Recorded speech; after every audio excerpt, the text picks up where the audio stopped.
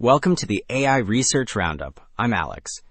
Today we're looking at a paper from the Hugging Face trending list, published on August 14th, 2025, so about 4 days ago. The big hook in this paper is a new system that automates the incredibly time-consuming process of preparing 3D models for movement, doing a key part of this, called skinning, up to 59 times faster than other methods. The paper is titled Puppeteer, Rig and Animate Your 3D Models, and as we'll see, the results are really impressive.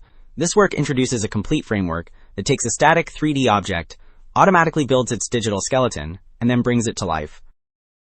Also, the authors have shared the official GitHub repository for Puppeteer. It looks like they're just getting started. The inference code and model checkpoints are on their to-do list for now, but it's the place to watch for future releases and find links to the project page and paper. Alright, so this first figure gives us a fantastic overview of the whole Puppeteer pipeline. Looking at the top half, the process starts with an input 3D mesh. In this case, a robot that was generated from a simple text prompt. The system then performs automatic rigging. Rigging is the process of building an internal digital skeleton and attaching it to the model's surface, which is what allows the model to be posed. After that, a separate video generation model creates motion guidance, leading to the final, smooth animation results you see on the right. Diving deeper into the automatic rigging process, this diagram shows the two main stages. First, for skeleton generation, the input mesh is converted into point clouds. These points then feed into an auto-regressive transformer, which is a type of neural network that generates the skeleton structure sequentially, one joint at a time.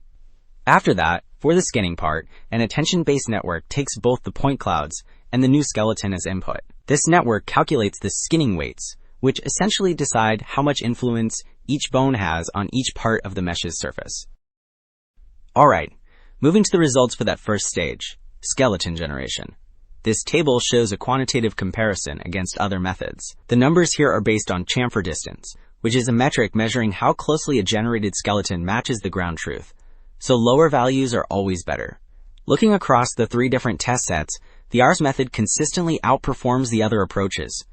And if you look at the hours version, which was trained with extra diverse pose data, it scores the best on the challenging diverse pose benchmark, highlighting the value of that richer dataset. This table then details the results for the second stage, predicting the skinning weights. The evaluation uses 3 metrics, precision and recall, which measure accuracy and coverage, so higher numbers are better, and L1 norm error, which is the average deviation from the ground truth, meaning lower is better. You can see that the hours methods, particularly the one marked with an asterisk that used the diverse pose data, achieve the best scores across all datasets and all metrics, showing a clear and consistent improvement over the other approaches. And all of that comes together in the final animation results, shown here in a side-by-side comparison. The hours column shows the automatically generated skeleton and the resulting clean, artifact-free animation for a fox, a fish, and a humanoid. In contrast, the next column shows that the L4GM method produces consistent geometric distortions, which are highlighted in red. Finally, the Motion Dreamer method on the right produces animations that are very subtle and can also introduce some unwanted deformations in parts that should be rigid. So to wrap things up, Puppeteer provides a robust, end-to-end solution for automatically turning static 3D models into animated assets. The key takeaway is its ability to generate high-quality skeletons and skinning, which leads to smooth, stable animations without the jittering or distortion seen in other methods. That's it for this episode of the AI Research Roundup. I'm Alex. Thanks for listening.